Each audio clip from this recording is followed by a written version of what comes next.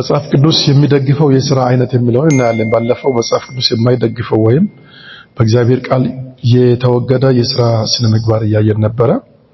ዛሬ ደግሞ መጽሐፍ ቅዱስ ፈጽሞ የሚደግፈው አይነት ሥራ ምንድነው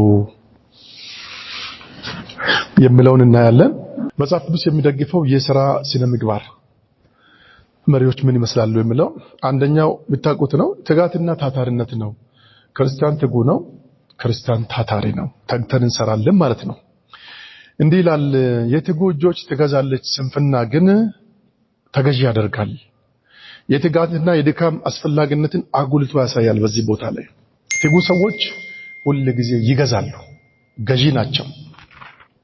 ግን ሰነፍ ሰው ይገዛል፣ ሁሉ ጊዜ እንደተገዛ ነው የሚኖረውና መጽሐፍ ቅዱስ ገዢ እንድንሆን የእግዚአብሔር ፈቃድ እንደሆነ አጉልቶ በማሳየት የእግዚአብሔር ቃል በትጋት እንድንሰራ በታታሪነት እንድንሰራ እግዚአብሔር ባስቀመጠን በየትኛውም ቦታ ትጉ እንድንሆን የእግዚአብሔር ቃል ያስተምረናል።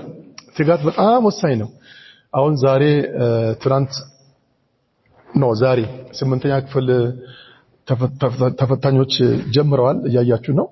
ጠዋት አንድ ነገር እያየው ነበር። ሌሊት በሆነ ጉዳይ ከቤት ወጥቼ እየሄድኩ ነበርና የሆኑ ልጆች እንዲህ አንድ ቦታ ላይ ተሰብስበው አንገታቸውን እንዲያገናኝተው ተሰብስበው አየውና ምን እያረጉ ናቸው ብዬ ስጠይቅ አንደኛው ምን አለ፣ አይ ዛሬ ሚኒስትሪ ፈተና ስላለ ፈተና ወጥተው ያንን እየኮረጁ ናቸው ይዘው ለመግባት ብሎ ይነግረኛል። ነገሩ እውነት ነው ውሸት አላውቅም፣ ግን ሰዎቹ ተሰብስበው አይቻለሁ። ማይተጋ ሰው ለጊዜ ጥገኛ ነው የሚሆነው፣ ሁሌ ጥገኛ ይሆናል። ለዚህ እንደ ክርስቲያን እውነት ለመናገር የእግዚአብሔርም ቃል የሚደግፈን በትጋት እንድንሰራ ይፈልጋል። ትጉ ሰዎች ይገዛሉ እያየን ነው። በጣም የተጉ ሰዎች ሁሉ ጊዜ እንደሚገዙ የእግዚአብሔር ቃል ይናገራልና በዚህ ልክ ማሰብ ነው። እንዲህ ይላል፣ ትጉ እጆች ለገዥነት ሲያበቁ የስንፍና ፍጻሜ ግን የባርነት ሥራ ነው ይላል አዲሱ መደበኛ ትርጉም። ትጉ እጆች ለገዥነት ሲያበቁ የስንፍና ፍጻሜ ግን የባርነት ሥራ ነው። ስለዚህ ትጉ ሰዎች ሲገዙ ሰነፎች ባሪያ ይሆናሉ ማለት ነው። ባሪያ ይሆናሉ። እኔ አንዳንዴ አስባለሁ በጣም በእድሜ ከኛ የሚበልጡ ሰዎች በጣም የሚያንሱ ሰዎችን ተግተው ስለሚሰሩ በሆነ ጉዳይ ከፍ ስላሉ በእውነት በጣም የሚያንሱንን ሰዎች ጋሼ እንላቸዋለን። ጋሼ ከኔም ዋለ በዚህ ይምጡ እንላለን። ለምን? በጣም ስለሚበልጡን፣ በእድሜ ስለሚበልጡን ሳይሆን በስራ በጣም ተጽዕኖ ፈጣሪ ስለሆኑ ይቀርሙናል በብዙ ነገር። ይሄን ነው ምለው፣ ትጉ እጆች ሁሉ ጊዜ ገዢ ናቸውና በትጋት እንድንሰራ እግዚአብሔር ይፈልጋል። እግዚአብሔር በዚህ እውነት እስከመጨረሻው ይምራል። በትጋት እንድንችል ክርስቲያን ትጉ ነው ማለት ነው። ምሳሌ 12:24 ለሱ ነው የምታነሱት። ሌላኛው ታማኝነትና ቅንነት ነው። ታማኝነትና ቅንነት በምንሰራበት ጊዜ በታማኝነት እንሰራለን፣ ደግሞ በቅንነት እንሰራለን። እንዲህ አይደል ማለት መጽሐፍ። እግዚአብሔርን ማታለል ፈጽሞ ይጠላል መጽሐፍ ቅዱሳችን። ሐቀኝነት ግን ደስ ይለዋል እግዚአብሔር ራሱ ማለት ነው። በሁሉም የሥራ ዘርፍ ሐቀኝነትና ንጹህ መሆንን አስፈላጊነት አጉልቶ ያሳያል። ምሳሌ 11:1 ስትመለከቱ ይናገራል። እግዚአብሔር የተጭበረበረ ሚዛንን ይጸየፋል ነው የሚለው። የተጭበረበረ ሚዛንን ይጸየፋል። ትክክለኛ መለኪያ ግን ደስ ያሰኘዋል። ትክክለኛ መለኪያ ደስ ያሰኘዋል። በምንሰራበት ጊዜ በታማኝነትና በቅንነት እንሰራለን። ብዙ ነገር ይወራል፣ እየሰማን ነው። እንጀራ ውስጥ አሁን ጄሶ ይደረጋል ይባላል፣ በርበሬ ውስጥ ቀይ አፈር ይደረጋል ይባላል። ክርስቲያን እዛ አካባቢ ላይ አይገኝም ማለት ነው። እውነተኛ ክርስቲያን እዛ ሰፈር ላይ አይገኝም። በታማኝነትና በቅንነት ይሰራል። በጥቂቱ ብንዘራ እንኳን እግዚአብሔር ያንን ያበዛዋል ማለት ነው። ለዚህ ታማኝነትና ቅንነት በጣም ወሳኝ ነው። ትዕቢት ስትመጣ ውርደትም ትከተላለች። ትዕቢት ስትመጣ ውርደትም ትከተላለች፣ በትሑት ዘንድ ግን ጥበብ ትገኛለች ይላል መጽሐፍ። ለዚህ ነው በቅንነት እንሰራለን፣ በትህትና እንሰራለን፣ በታማኝነት እንሰራለን። ሰው ላያቀን ይችላል፣ እግዚአብሔር ግን ይመዝንልናል። ሰዎች ላይረዱን ይችላሉ፣ እግዚአብሔር ግን ይረዳናል እውነትን ለመናገር። ስለዚህ በተቻለ መጠን እንደ ክርስቲያን እኛ በተገኘንበት ቦታ ሁሉ የትም ተገኘን ምንም እንስራ ምንም እናድርግ በምናደርግበት ቦታ በታማኝነትና በትጋት ወይም በቅንነት እንድንሰራ ጌታ ይፈልጋል። ቅኖችን ትክክለኛነታቸው ትመራቸዋለች፣ ወስላቶች ግን በገዛ አታላይነታቸው ይጠፋሉ ነው የሚለው ምሳሌ። ስለዚህ ወስላቶች የሚለውን ቃል ሲተረጉም ምን ይላሉ? ሰውን የሚያታልሉ አጭበርባሪዎች፣ ጥሩ ባህሪ የሌላቸው የማይታመኑ ሰዎችን እነሱ በገዛ አታላይነታቸው ይጠፋሉ፣ አይቀጥሉም ማለት ነው። ለዚያ ክርስቲያን ታማኝና ቅን ነው። በታማኝነትና በቅንነት እንሰራለን ማለት ነው። ካልሆነ ግን ሰብስበን እንበትናለን። መጨረሻ ላይ የሆነ ጊዜ ይበተንብናል። ብዙ እየሰማን ነው፣ ብዙ ነገር እያየን ነው። በእርግጥ መፍረድ እኛ ባየነው ብቻ መፍረድ ልክ ባይሆንም ምንሰማቸው ነገሮች አንዳንዶቹ አስተማሪ ስለሚሆኑ ምታይ ነገር አለ። በአይነ ቅጽበት ከፍ የሚሉ ሰዎች አሉ። በጣም ታማኝነት በጎደለ መልኩ ሰብስበው ወዲያው የሚበተንባቸውና መጨረሻ ላይ ተመጽዋች የሚሆኑ ለማኝ የሚሆኑ ሰዎችን እያየን ነው። እንደዛ እንዳንሆን እኛ በታማኝነትና በቅንነት እንሰራለን። በቁጣ ቀን ሀብት ፋይዳ የለውም፣ ጽድቅ ግን ከሞት ይታደጋለች ይላል አዲሱ መደበኛ ትርጉም ማለት ነው። ምሳሌ 11:1-4። ስለዚህ በታማኝነትና በቅንነት እንሰራለን ማለት ነው። ሌላኛው መጽሐፍ ቅዱስ የሚደግፈው የሥራ አይነት ሰራተኛን አለመበደል ነው። ትልቅ ስትሆኑ እናንተ ስር የሚሰሩ ሰዎችን እንዳትበድሉ። ብዙዎች ይበድላሉ፣ በጣም ያስለቅሳሉ። በጣም ሰራተኛ ያለቅሳል በቀጣሪው፣ አይሆንም ማለት ነው። እኛ እንደዛ እናረግም። ሰራተኛ በእኛ ምክንያት ማልቀስ የለበትም። ሰራተኛን እንድንበድል የእግዚአብሔር ቃል ስለማይፈቅድ ሰራተኛን አለመበደል ነው፣ እንዳትበድሉ ስለሚል ማለት ነው። ዘዳግም 24:15፣ የማቴዎስ ወንጌል ምዕራፍ 20:1-6 ለሰራተኞች የሚገባቸውን ደመወዝ መክፈልን ጨምሮ ፍትሃዊ አያያዝ እንዲደረግ ይጠይቃል። እነዚህን ክፍሎች ስናነብ ማለት ነው። ስለዚህ እኛ የምናሰራቸው ሰራተኞች መበደል የለባቸውም። ነገ እግዚአብሔር ትልቅ ሰው እንደሚያደርጋችሁ አትጠራጠሩ። የሚሰራ ሰው ትልቅ ይሆናል። ትልቅ በሆናችሁ ጊዜ ግን በእናንተ ስር የሚቀጠር ሰራተኛ እንዳይበደል ጥንቃቄ ማድረግ ነው። ምንድነው ብለው ድሃና ችግረኛ የሆነውን የምንዳ ሰራተኛ እስራኤላዊ ወንድምም ሆነ ከከተሞች በአንዲቱ የሚኖረውን መጻተኛ አትበዝብዘው። የሰራበትን ሂሳብ በዕለቱ ፀሐይ ሳትጠልቅ ክፈለው። ድሃ በመሆኑ በጉጉት ይጠባበቀዋልና ያችን ጥቂት ገንዘብ፣ አለዚያ ወደ እግዚአብሔር ይጮህና ኃጢአት ይሆንብሃል። ምክንያቱም እሱ ያችን ነው የሚያስበው፣ ጥቂቷን። ለእኛ ምናልባት በጣም የማይረባ ሊሆን ይችላል። እሱ ግን ያ ድሃ አቅም ስለሌለው ያችን ጥቂቱን ነገር እያሰባ ስለሚሰራ እግዚአብሔር ትልቅ የሥራ ባለቤት ሲያረጋችሁ፣ እግዚአብሔር ትልቅ የፕሮጀክት ባለቤቶች ሲያረጋችሁ ይህን ጉዳይ በአደራ ያዙ። በእናንተ ስር ማንም ሊበደል አያስፈልግም። ማንም። ዘዳግም 24:14-15 ያንን ጉዳይ ማግኘት ይቻላል። ዘዳግም 24:14-15። ሌላኛው መጽሐፍ ቅዱስ የሚደግፈው የሥራ አይነት እግዚአብሔርን በሥራ ማገልገል ነው። እየሰራን ጌታን እናገለግላለን። ሥራ በራሱ እግዚአብሔር እንድንሰራ ስለምንፈልግ በምንሰራበት ጊዜ ጌታን እያገለገልን እንደሆነ በደንብ ይገባቸዋል። ቆላስይስን ምዕራፍ 3:23-24 ስናነብ እንዲህ ያልምለው የምታደርጉትን ሁሉ ይላል ምንም ብታደርጉ መንፈሳዊ ይሁን ቁሳዊ የተኛውንም ሥራ በምትሰሩበት ጊዜ ላይ የተኛውም ምግባራችሁ ወይም የተኛውም ተግባራችሁ ለሰው ሳይሆን ለጌታ እንደምትሰሩ ከልባችሁ አድርጉት፣ ጌታ ርስትን ይሰጣችኋልና የምታገለግሉትም ጌታ ክርስቶስ ነው ይላል። ክርስቲያኖች እግዚአብሔርን በማገልገል መንፈስ ወደ ስራቸው እንዲቀርቡ ይህ ክፍል በደንብ ያበረታታል። እኛ ስንማር ለደሞዝ ነው፣ ስንነግድ ለትርፍ ነው። የተኛውንም ስራ በምናደርግበት ጊዜ ከዚያ ጀርባ የምናገኘው ነገር እንዳለ አስበን እናደርጋለን። ይህም ትክክል ነው። ሌሎች ግን እዚህ ጋር ስማቸው መጥራት አስፈላጊ ስላይደለ አልጠራም። ሌሎች ግን የሚያደርጉትን ነገር ሁሉ ለእምነታቸው ብለው ለአምላካቸው ብለው ያደርጉታል። እውነቱን ለመናገር ሲማሩ ለእምነታቸው ነው፣ ስራ ሲቀጠሩ ለእምነታቸው ነው፣ ድርጅት ሲከፍቱ ለእምነታቸው ነው። መንፈሳዊ ያደርጉታል። ደግሞ ክርስቲያን መንፈሳዊ ነው የሚሰራውም ስራ መንፈሳዊ ነው ምንም እንስራ ምንም እኛ ስራን በመንሰራበት ጊዜ እግዚአብሔርን እያገለገልን እንደሆነ እያሰብን ነው ምንሰራው ለዚህ ነው እግዚአብሔር ባሪያ ለቆላሲስ ሰዎች በጻፈው መልእክቱ ላይ የተኛውም ድርጊታችሁ ይላል ለሰው ሳይሆን ለጌታ እንደምትሰሩ ከልባችሁ አድርጉት ጌታ ርስትን ይሰጣችኋልና የምታገለግሉትም ጌታ ክርስቶስ ነው ብሎ ያብራራቸዋል እንዴት እንስራ በትጋት እንስራ ያጠቃለልን ነው ምሳሌ 20 ቁጥር 13 ዲያ እንዳትሆን እንቅልፍን አትውደድ አይንን ክፈት እንጀራም ትጠግባለህ ስለዚህ ብዙ መተኛት ጥሩ አይደለም ማለት ነው ዲያ እንዳትሆን እንቅልፍን አትውደድ አይንን ክፈት እንጀራም ትጠግባለህ ይላል በትጋት የማይሰሩ ሰዎች ዲያ ይሆናሉ ዲያ የሆኑ ሰዎች ደግሞ እንጀራ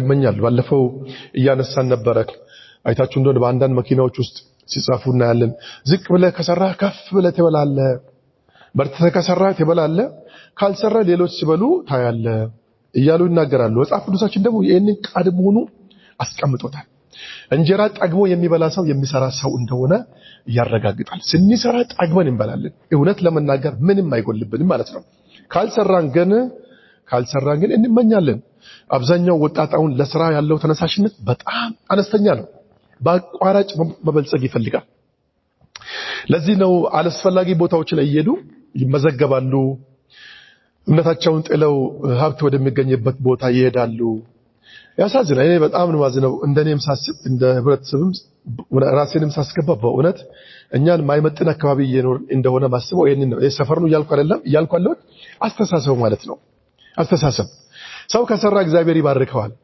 ሳይሰራ መባረክ የሚፈልግ ሰው አለ ምን ያደርጋል ሀብቱን አከማችተን አንበለው ትልቅ ሆቴል አስመርቆ በ15ኛ ቀን የሞታ ሰው ታሪክ ከኔ በላይ ምናልባት ሰምታችኋል ብዬ አስባለሁ አንዱ ጓደኛዬ ሲነግር ሰውየው ያንን ሀብት ያመጣበትን መንገድ እየነገረኝ በጣም አዘንኩ እኔ እግዚአብሔር በነቢያት በኩል በጣም ተናግሯል አለ ጥንቃቄ እንዲያደርግ ልክ አይደለም መንገድ እያለ ግን ምን ያደርጋል ሆቴሉን ያስመርቆ በ15ኛ ቀን አስከሬኑ ከሌላ ቦታ እንደመጣ ይነግረኝ ነበር ሰርተን ብንባረክ ጥሩ ነው ቀስ በቀስ የምትከማች ሀብት ትበዛለች ነው መጽሐፍ ድንገት የምትወጣ ደግሞ አትቆይም አንድ ጊዜ አንዱ ከኛ በእድሜ በልጥ ልጅ ሎተሪ ደረሰው ወደ ስንት ሊበል እንደቆይቷል እኔ ዛኔ ገና ታዳጊያን ኳየር ውስጥ ነበርኩኝ 12000 ደረሰው በጣም ብዙ ገንዘብ ነው ዛኔ መኪና ምናልባት ስንት ሺህ እንደሆነ አላውቅም እንጂ በቃ የሰው ድንገት በእጁ መጣና ተቀበለና ይሄው በሄደበት ሁሉ ሰውን እየጋበዛ ወጣት ነው አላገባም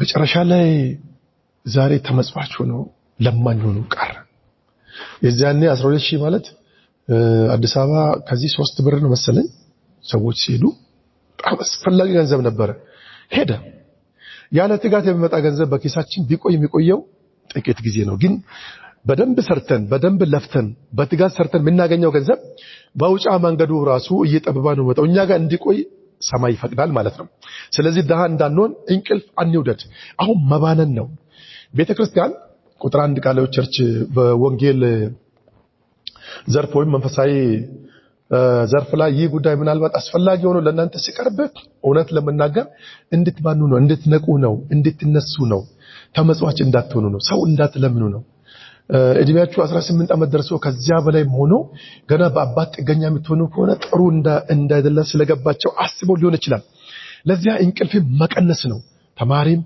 አስተማሪም አገልጋይም መቀነስ ነው እንተኛ ብንቀነስ ግን ጥሩ ነው ለሰው ሳይሆን ለጌታ እንደምትሰሩ የምታደርጉትን ሁሉ ከልባችሁ አድርጉት ቅድም አይተናል በትጋት እንስራ ይሄንንም ጨምራችሁ ሰዱ ቆላሲስ 3:23-24 የሚለውን በደንብ ያዙ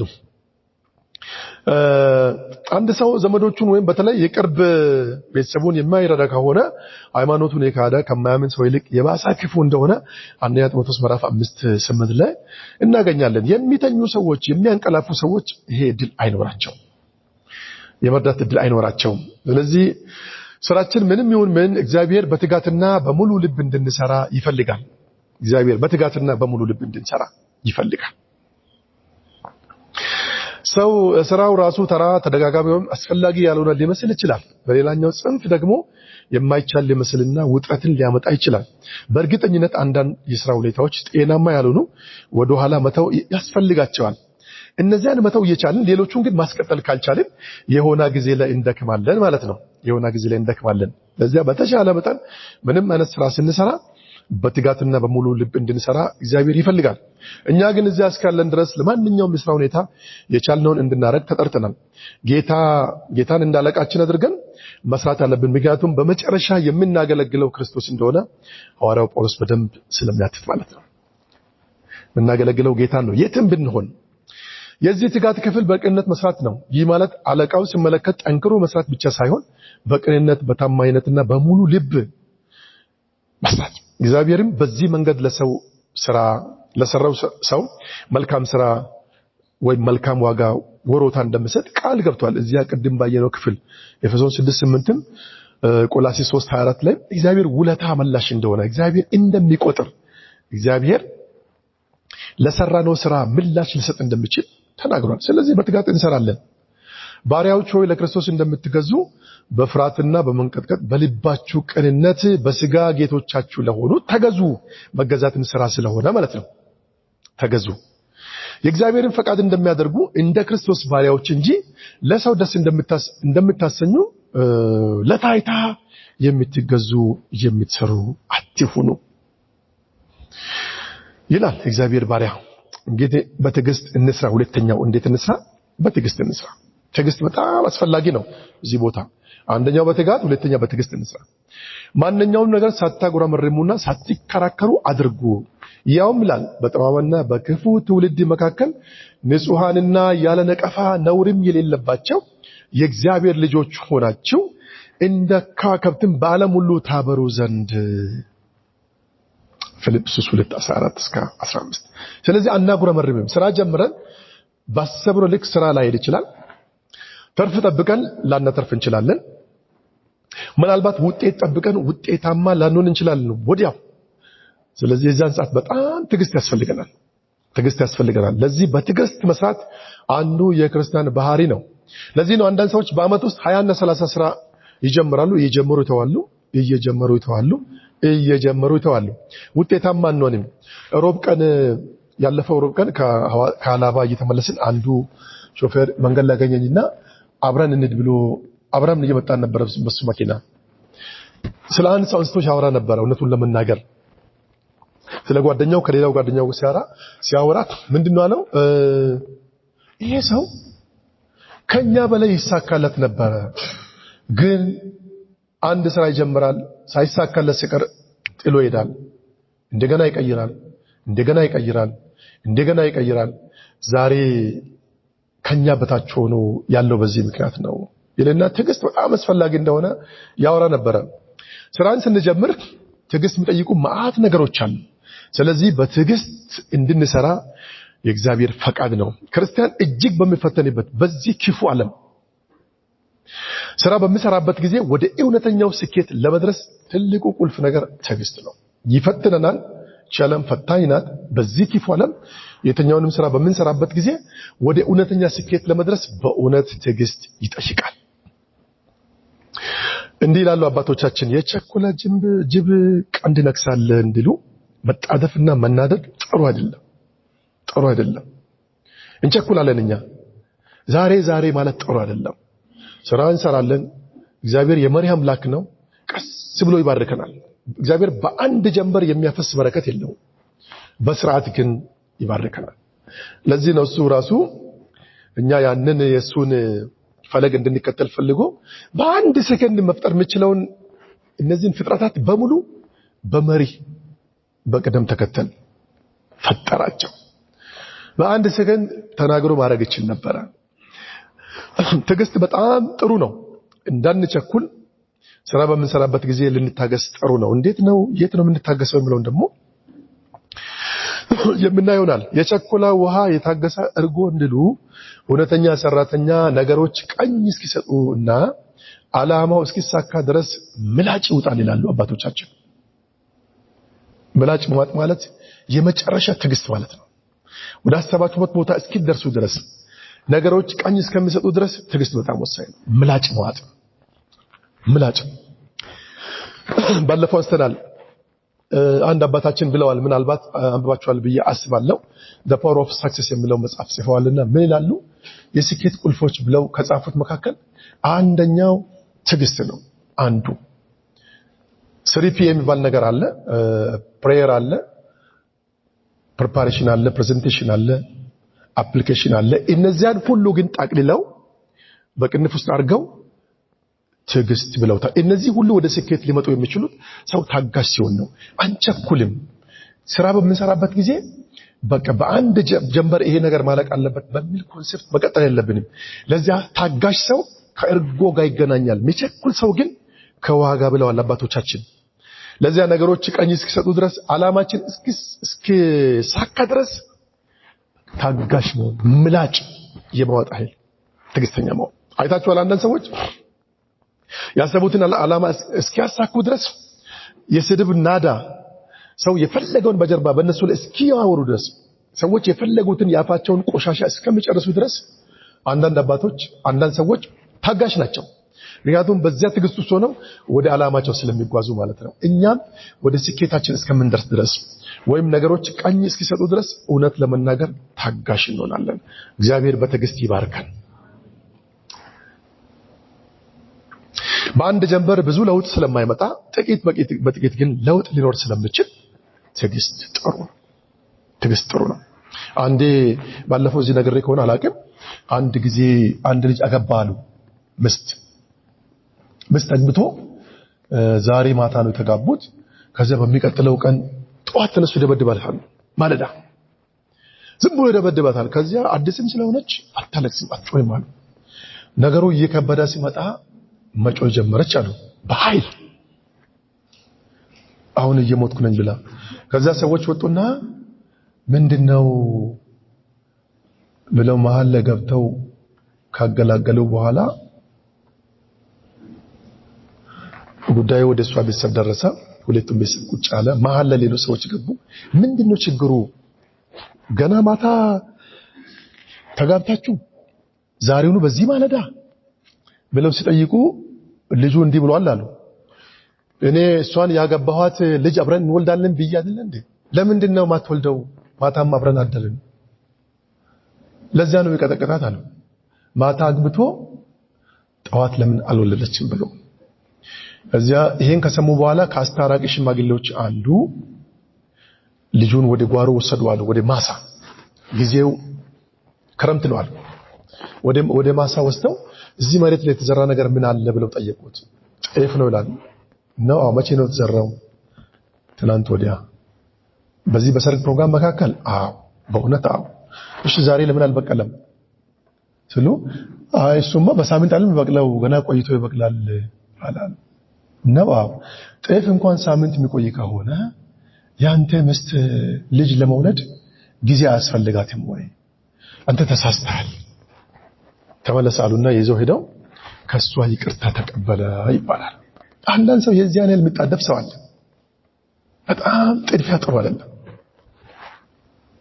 ለዚህ መገኑመኑ በጣም በጥንቃቄ ታጋሽ መሆን ምንም ስራ ሲጀምሩ ትዕግስት በጣም አስፈላጊ ነው ስለዚህ በስራ ቦታ ትዕግስት ወርቅ ናት ቀስ ብላ ታጋሹን ሰው ወደ ስኬት ይመራዋለች ስራ በሚሰሩበት ቦታ ትዕግስት በጣም ወርቅ ቀስ ብላ ወዴት ትመራለች ወደ ስኬት ትመራለች ስለዚህ በጣም ጥሩ ነው ትዕግስት እግዚአብሔር በዚህ ይባርካል በለሱን የጠበቀ ፍሬዋን ይበላል ጌታውንም የሚጠብቅ ምን ይሆናል ትዕግስት ምሳሌ 27:18 ላይ የሚታቁት ቃል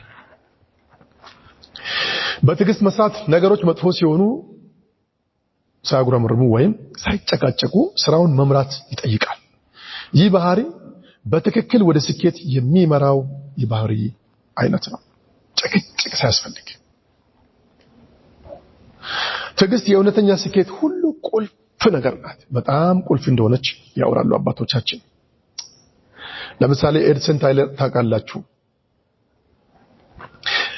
ያሰበውን ጉዳይ ለማሳካት ብሎ ረጅም ጊዜ ዋጋ ከፍሏል ከብዙ ትዕግስት በኋላ ነው ችምብራን ሊያገኝ የቻለው አምፖል ብርሃን እንዴት እንደሚሰጥ መድረስ የቻለው በብዙ ፈተና ውስጥ አልፎ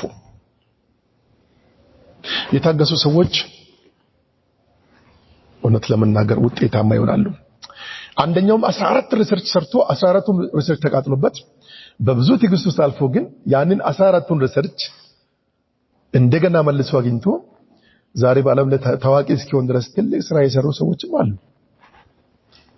ለዚህ ትግስት በጣም አስፈላጊ ነው ወገኖቻችን። ትግስት የሚያስፈልገው መቼ ነው? እዚህ ቦታ ትግስት ያስፈልጋል። የሥራ ባልደረቦች ሲጎዱ ትግስት ያስፈልጋል። ይጎዱናል። ለእናንተ ግን ለምትሰሙ እላችኋለሁ ጠላቶቻችሁን ውደዱ፣ ለሚጠሏችሁ መልካም አድርጉ፣ የሚረግሟችሁን መርቁ፣ ለሚበድሏችሁም ጸልዩ። ይሄን ማድረግ የምንችለው ትግስት ሲኖረን ነው። እንጎዳለን፣ ይጎዷችኋል። ስራ ሲጀምሩ የሆነ ቦታ ላይ የሆነ ነገር ሲጀምሩ የቅርብ ወዳጆቻችሁ ሊጎዷችሁ ይችላሉ። የሥራ ባልደረባ አብሯችሁ ሊሰራ የሚችል ወይም ተመሳሳይ የሥራን ባህሪ ይዞ የሆነ ቦታ ላይ እየሰራ ያለ ሰው በሰላም ጊዜ ከእናንተ ጋር በፍቅር የሚሄድ እናንተን ሊበድላችሁ ይችል ይሆናል። የዚያን ሰዓት ትዕግስት ያስፈልጋል። ሉቃስ 6:27-28 ጌታ ኢየሱስ እንደዛ ነው ያለው። ታግሳችሁ የሚጠሏችሁን ውደዱ፣ የሚረግሟችሁንም መርቁ፣ የሚበድሏችሁንም ጸልዩላቸው። ጠላቶቻችሁን ውደዱ። ትዕግስት። አብዛኞቻችን ምናልባት በአንድ ስራ ባልደረባችን ልንጎዳ እንችላለን። ጎቶን ሊሆን ይችላል። ከጀርባችን እኛን ለመጉዳት ሊነጋገሩ ይችላሉ ባልደረቦቻችን። የእነርሱን እርዳታ ስንፈልግ ችላ ሊሉን ይችላሉ ጓደኞቻችን። አጋጣሚ ሲፈጠር ተጠቅመውብን ዞር ሊሉ ይሆናል ጓደኞቻችን። ቢሆንም ግን በብዙ ትዕግስት በእነርሱ ሳንበሳጭ ስራችንን በዓላማ መስራት ይጠበቅብናል። ለዝላችኋል ምን ያህል እውነት እንደሆነ አላውቅም ሲባል የሰማሁትን ነው እዚህ ማለት ነው። አንድ ጊዜ አበበ ቢቂላ ባለፈው ዚያን ስናል በእግር ለመጀመሪያ ጊዜ ሮም ላይ ሩጫ በሚያደርግበት ጊዜ ላይ በኃይል እየሮጣ ነው። በጣም እያላበው ነው። እሱን ደግሞ በኃይል እየሮጣ ሲሄድ ከዚያ እየቀደማቸው ስለሆነ በእግር እየሮጣ አንዷ ፈረንጅ ቀረብ አለችና አይ ላቭ ዩ አለችው አሉ አበባ። እዛ እሱ ጉዳዩ ያ አይደለም ወደፊት ነው ያያለው። ተይ በቃ የላቡን ነገር ተይ እያሉ ሩጫውን ቀጠላሉ። መጨረሻ ላይ ሄዶ ያሰበውን አሳካሉ። ቆሞ እሱ ለሰጠችው እሷ ለተናገረችው ቃል ቆሞ እሺ በእናትሽ ምን እያልሽ ነው ለማለት ለመጠየቅ እንኳን ጊዜ ቢወስድ አበባ ይቀደም ነበር። ጉዳዩ እሱ አይደለም። የሱ ዓላማ እዚያ ጋር አንደኛ ሆኖ መገኘት ነው። ስለዚህ የላቡን ነገር ተይ ያለ ቀጥላል።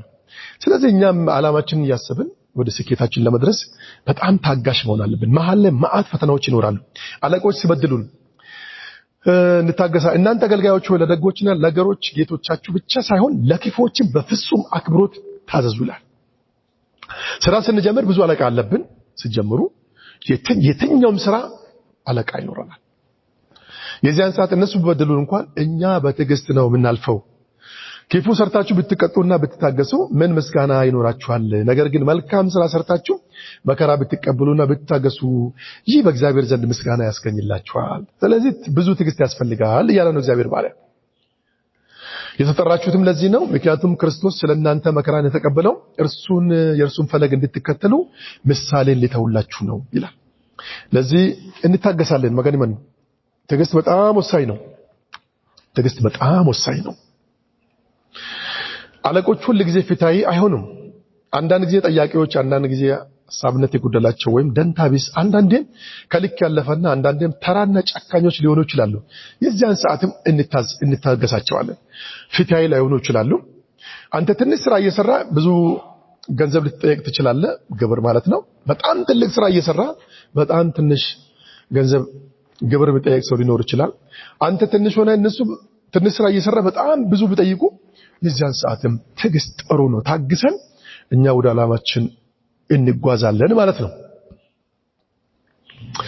ፈተናዎችን በደስታ እንድንቀበልና እንድንቋቋም የእግዚአብሔር ቃል ይሞግተናል። ስቃይን መቀበል ሳይሆን እግዚአብሔር እኛን የሚሰራበት መንገድ ነው ፈተና። አንዳንድ ሰዎች እየተሰቃየው ነው ይላሉ። አይደለም። አንዳንዴ ፈተና በእግዚአብሔር ፈቃድ ወደኛ የሚመጣው ፈተና እኛን እግዚአብሔር የሚሰራበት መንገድ እንደሆነ አስበን በዚያ መካከል እንታገሳለን። ለዚህ ነው እግዚአብሔር ባሪያ መጨረሻ ላይ ዘማሪው መልካም በሆነ መልኩ ሐሳቡን ከጨረሰ በኋላ ከተሰራ በኋላ ምንድነው አለው?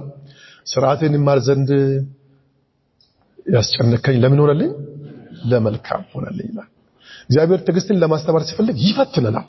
በሥራ መካከል የሚፈትኑ ሰዎችን እግዚአብሔር ያዘጋጃል። ያ ማለት እግዚአብሔር እያሰቃየን ሳይሆን እግዚአብሔር እኛን የሚሰራበት መንገድ ነው ትዕግስት። አንድ ጻፊ ምን ብሏል? ዲክ ዶክ ይባል ጻፊ ነው፣ አንብቤ ያለው ስለ ወታደር በደንብ ጽፏል። ዲክ ዶክ ይባላል። ምን ያለ መሰላችሁ? አንድ ወታደር በአንድ ጀንበር ጀነራል አይሆንም ይላል። በብዙ መከራ ውስጥ አልፎ በብዙ ውጣ ውረድ ውስጥ አልፎ በጋና ክረምት ዋጋ እየከፈለ ቆይቶ ጦርነትን በድል ተወጥቶ ሲመለስ ላኪው አካል ወይም መንግስት ያንን ሰው ይሾመዋል። ሲሾመው ትናንት ወታደር የነበረ ዛሬ ጀነራል ሊሆን ይችላል አለ ዲክ ዶክ። ምን ማለት ነው? እግዚአብሔር ወደ ተሻለ ቦታ እኛን ሊወስደን ሲፈልግ ይፈትነናል። ፈትኖ እኛ በዛ መካከል በትዕግስት ካለፍንለ እግዚአብሔር የሆነ ቦታ ላይ ይሾመናል። ስለዚህ እግዚአብሔር እኛን የሚሰራበት መንገድ አንዱ ፈተና ነው። ፈተና ሲኖር ደግሞ በሥራ መካከል እንታገሳለን ማለት ነው።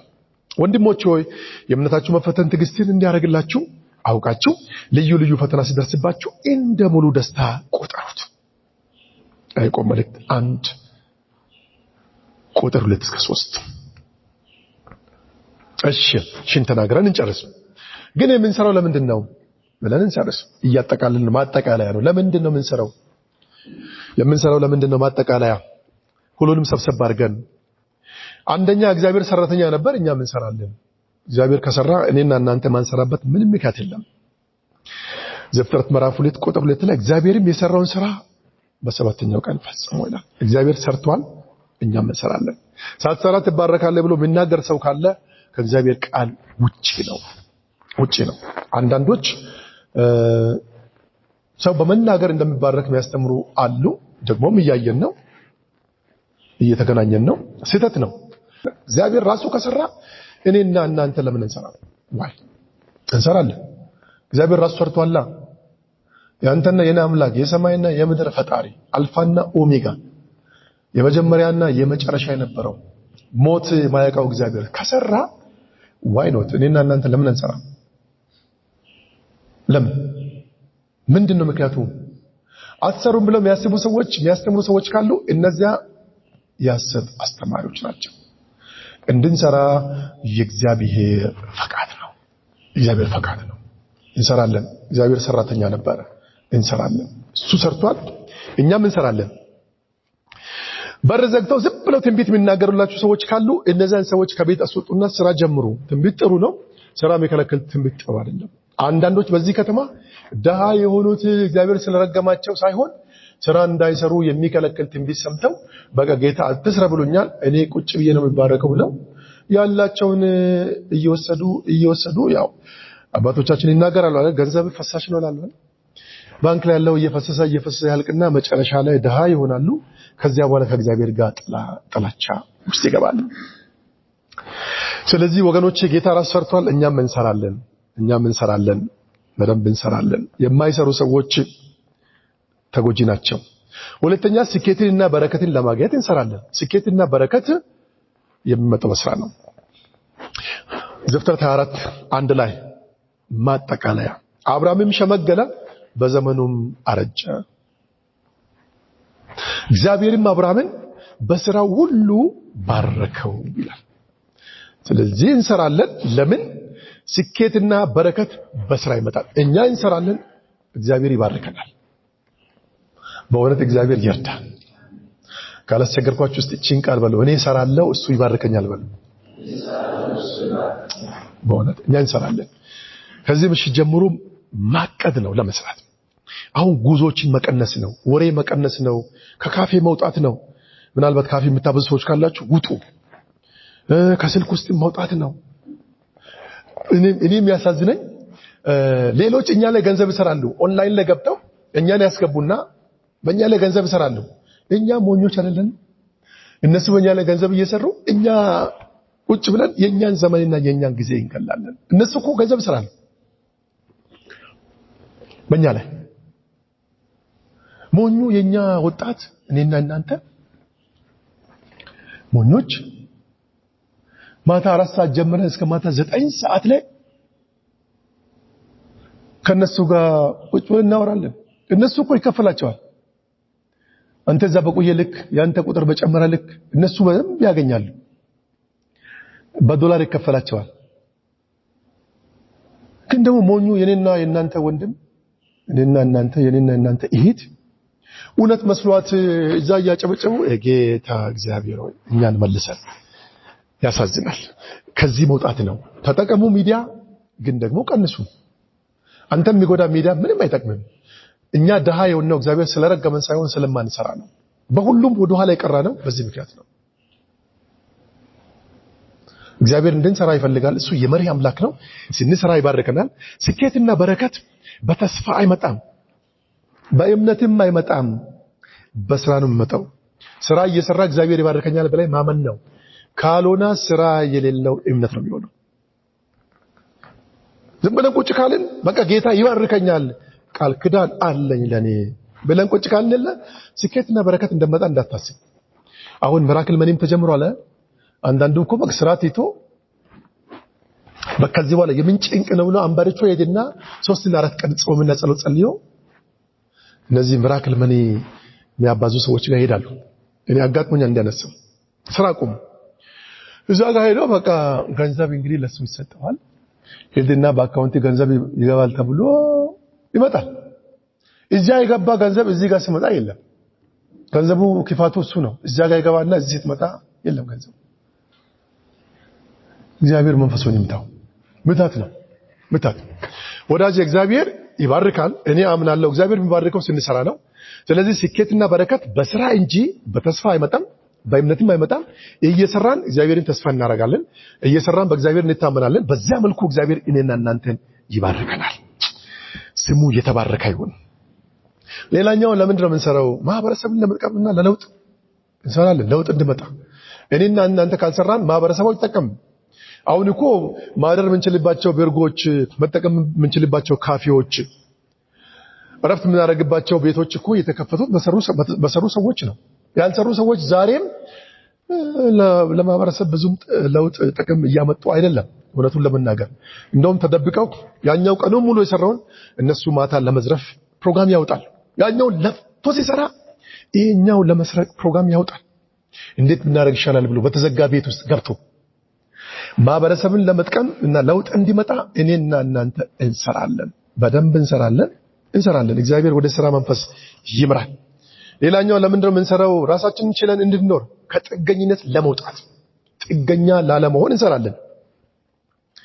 የሐዋርያት ሥራ ምዕራፍ 20 ቁጥር 33 እስከ 34 ስንመለከት ሐዋርያው ጳውሎስ እንዲህ ይላል፣ ከማንም ብር ወይም ወርቅ ወይም ልብስ አልተመኘውም።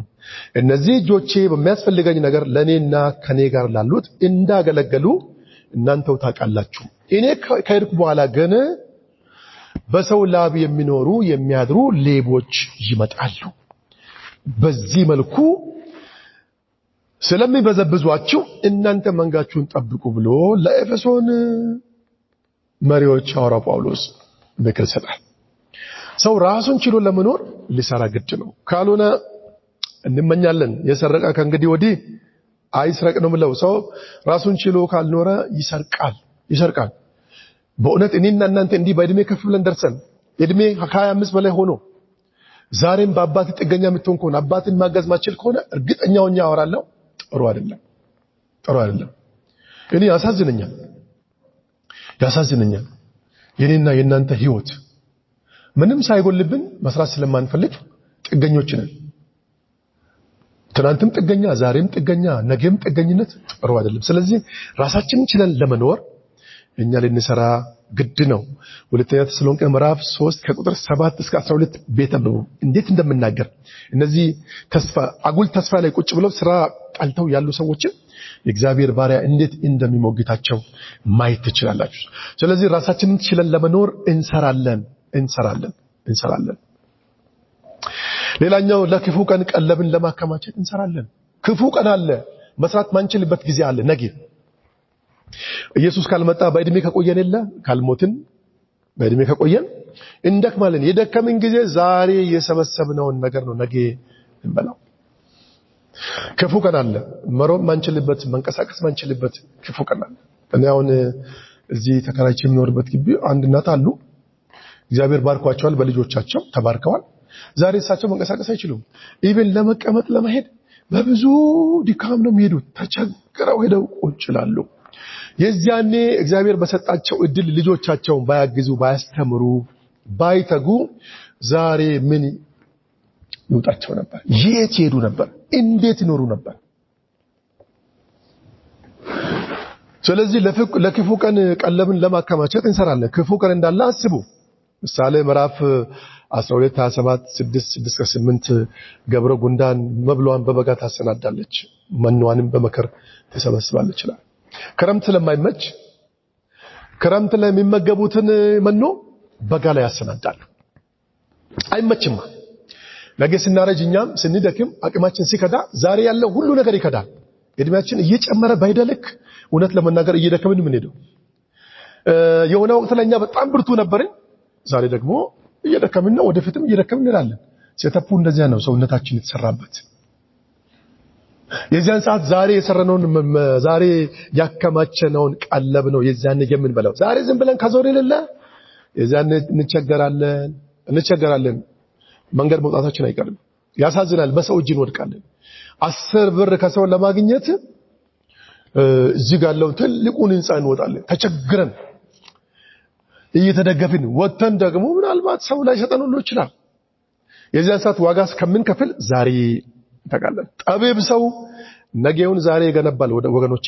ሰነፍ ሰው ግን አርቆ ማየት አይችልም፣ ይከብደዋል። ብልጥ ሰው ዛሬ ላይ ሆኖ ነገውን ይገነባል። ብልጥ ሰው ጠቢብ ሰው ዛሬ ላይ ቆሞ ነው ነገውን የሚገነባው። አደራ። ወጣትነት ያልፋል፣ ጉልበት ይከዳል፣ ዕውቀትም ይከዳል፣ እድሜ ይሄዳል። የዛን ሰዓት እንዳንቸገር ዛሬ ላይ ሆነን ነገያችንን እንገንባ። ነገን እንዳንገነባ የሚከለክሉ ነገሮች አሉ። አንደኛው ስንፍና ነው። ሁለተኛ ጓደኛ ቀንሱ። እኔ በህይወቴ በጣም የከሰርኩባቸው እነማን ናቸው ካላችሁ ጓደኞቼ ናቸው። ማአት ጓደኞች አሉኝ። ውሎዬ ከነሱ ጋር ነው። ቢዚ ነኝ በእነሱ ምክንያት። አንዱ ካፌ ላይ ቁጭ ብለን ሌላ ካፌ እንሄዳለን። ከዚያ ወጥተን ደግሞ ጨርሰን ሌላኛው ይደውላል፣ ሌላ ጋር እንሄዳለን። ከዚያ ጸሎት፣ ከዚያ ትምህርት፣ ከዚያ ጥናት ማን ለገቡ። አንድ ቀን እግዚአብሔር ይባርካቸው ጥሩ አባት አጋጠሙኝና መከሩኝ። አንተ እንዴት እየሆንክ ነው? ምን እየሰራህ ነው? ከማን ጋር እየዋልክ ነው? ነገን እንዴት እያረክ ነው? ነገን በደንብ ገንባ። ጎብዝና ያልፋል፣ እድሜ ይሄዳል፣ አቅም ይከዳል አሉ። እውነት ለመናገር እግዚአብሔር ረዳኝ። ጓደኞችን ቀነሱ። አሁን 2 ወይም 3 ጓደኛ አለ።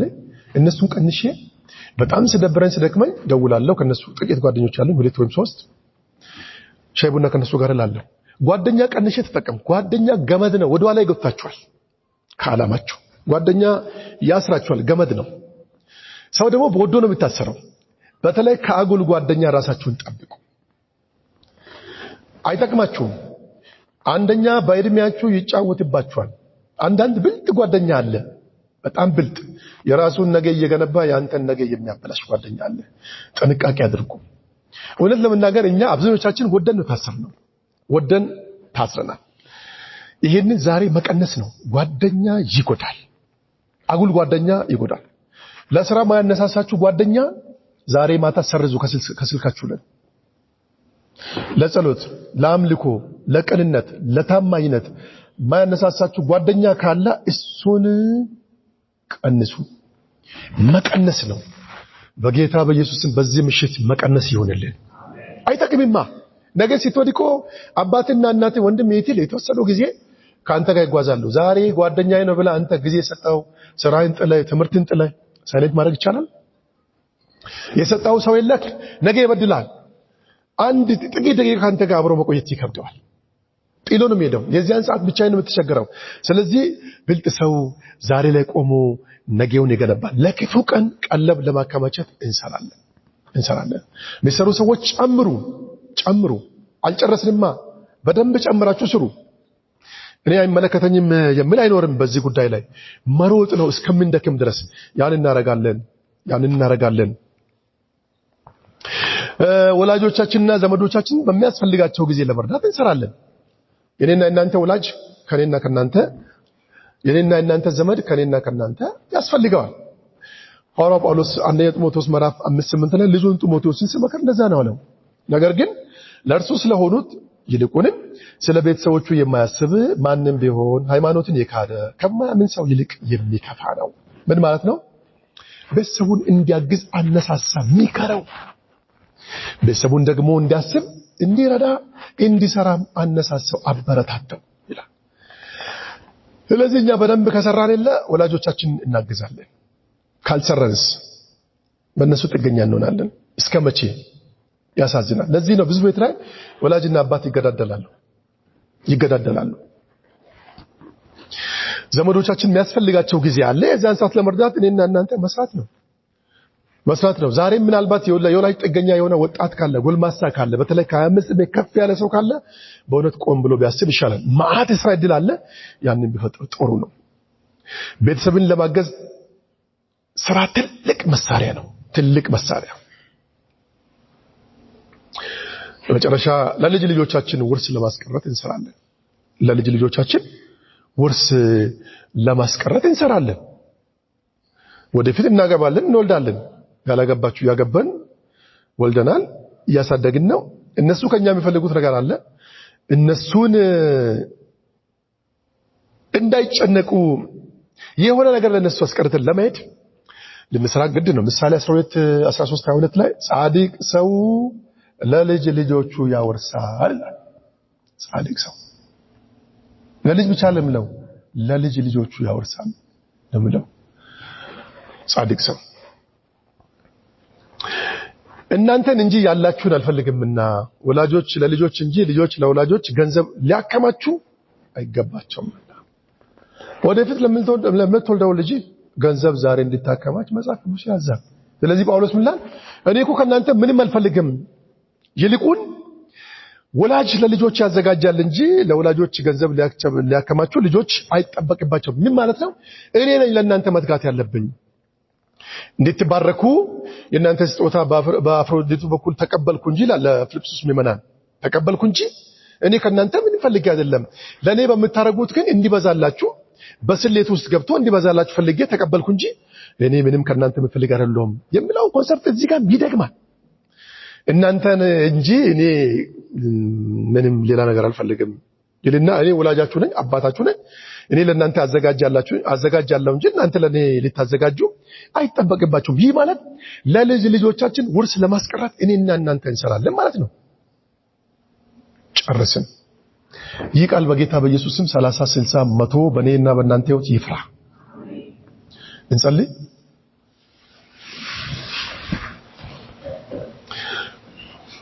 ያፈራ ይሁን ፍሬ 30 60 100 ቃሉ ያፍራ። እንግዲህ በዚህ 4 ሳምንት ውስጥ ብዙም ባይሆን ጥቂት ነገሮችን አይተናል። አዲስ ሳይሆን የምታውቁትን ነገር አይተናል። ፈጽሞ ማታውቁትን ነገር ሳይሆን የምታውቁትን ነገር ነው ያየነው። ለማሳሰብ ያህል እግዚአብሔር ባሪያ ለዕብራውያን ሲናገር ብሏል። እስቲ አንዴ ብንታይ ጥሩ ነው አለ። ፊልጵስዩስ ላሉ ምዕመናንም ተናግሯል። ልጁን ጢሞቴዎስንም ተናግሯል። ላይናፍቃለሁ። ያ ማለት እንነጋገር ማለት ነው። እንደዚያ መንፈስ ነው እንጂ በጣም ንጹህ የሆነ ወይ ማታውቁት ነገር አይደለም። እዚህ ጋር ያቀረብነው እንግዲህ በሰማነው ቃል ፍሬ እንድናፈራ የሰማይና የምድር ጌታ እግዚአብሔር በጸጋው ይደግፋል። ካላስቸገርኳችሁ ከኔ በኋላ እንድንበል እግዚአብሔር ሆይ እንበል።